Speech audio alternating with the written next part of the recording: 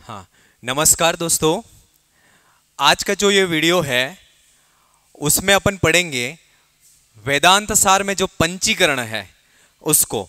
और आप सभी को पता है पंचीकरण का नियम से 1 या 2 प्रश्न या 3 प्रश्न परीक्षा में पूछ लिए जाते हैं, ठीक है।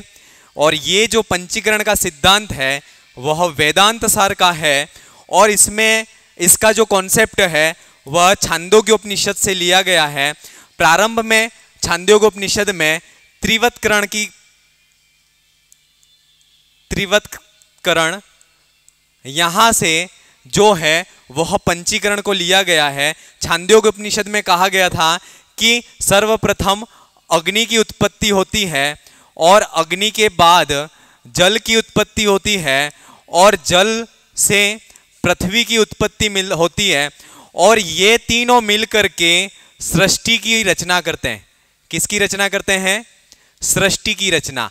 ये बात छांदोग्योपनिषद में कही गई है, लेकिन ये जस्ट इसके अपोजिट जो इसी कॉन्सेप्ट को यहां से लेकर के वेदांत सार में पंचीकरण को समझाया गया है कि पंचीकरण जो 5 महाभूत हैं वह प्रारंभ में इस सूक्ष्म महाभूत कहे जाते हैं, लेकिन पंचीकरण की प्रक्रिया के बाद वही जो महाभूत हैं वह स्थूल महाभूत कहे जाते हैं और वही स्थूल महाभूत सूक्ष्म महाभूत स्थूल महाभूत होने के बाद वह 7 ऊर्ध्वलोक, 7 मध्यलोक और चतुर्विध जो हैं उनकी सृष्टि को करते हैं। और जो महाभूत है वह है, एक तो है आकाश, वायु, अग्नि, जल और पृथ्वी। पंचीकरण की प्रक्रिया कैसे होती है तो इसकी एक ये श्लोक भी है कि द्विधा विधाय चेकेकम चतुर्धा प्रथमम पुनः स्वश्वेतर द्वितीयांशे योजनात् पंच पंचते। फिर ऐसे ही यहां पर आकाश,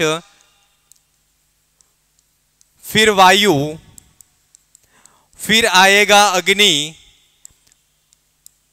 इसके बाद आएगी जल और फिर आएगा पृथ्वी, ठीक है।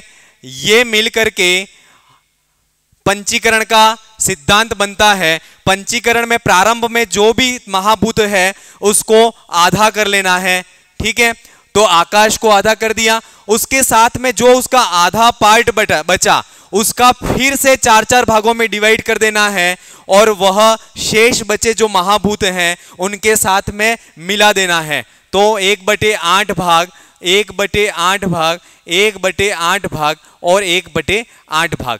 ये अथवा परसेंट की बात करें तो 12%, यहां पर 12%, 12.5%, यहां पर 12.5% और यहां पर फिर बात करें तो 12.5% और यहां फिर बात करें तो वो भी 12.5%। मतलब ये 50% तो ये हो गया आकाश महाभूत में, साथ में 12.5% वायु है, 12.5% अग्नि है, जल है और पृथ्वी है। ये 50% हो गए और ये 50% ये मिलकर के आकाश जो है वह महाभूत स्थूल महाभूत बनता है।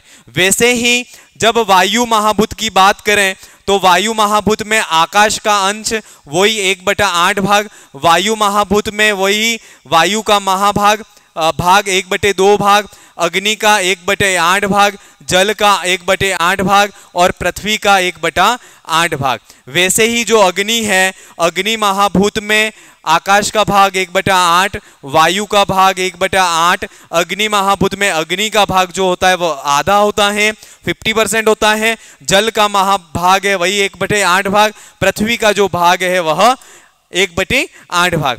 वैसे ही जो जल का महाभाग है वह आकाश का 1/8 होगा, वायु का 1/8, अग्नि का भाग जो होगा 1/8 होगा, जल का जो भाग होगा वह 50% होगा और पृथ्वी का जो भाग होगा वह 1/8 भाग होगा। वैसे ही पृथ्वी को जब पंचीकरण करेंगे तब आकाश का भाग 1/8 होगा, वायु का 1/8, अग्नि का भी 1/8 और जल का 1/8 होगा और पृथ्वी का जो भाग होगा वह 1/2 2 होगा।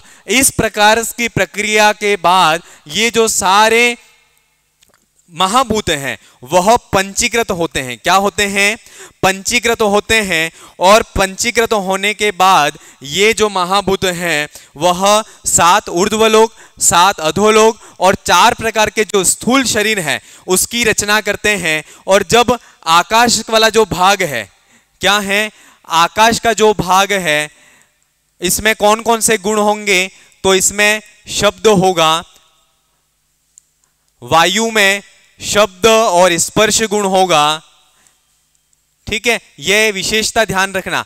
वायु में शब्द और स्पर्श होगा, अग्नि में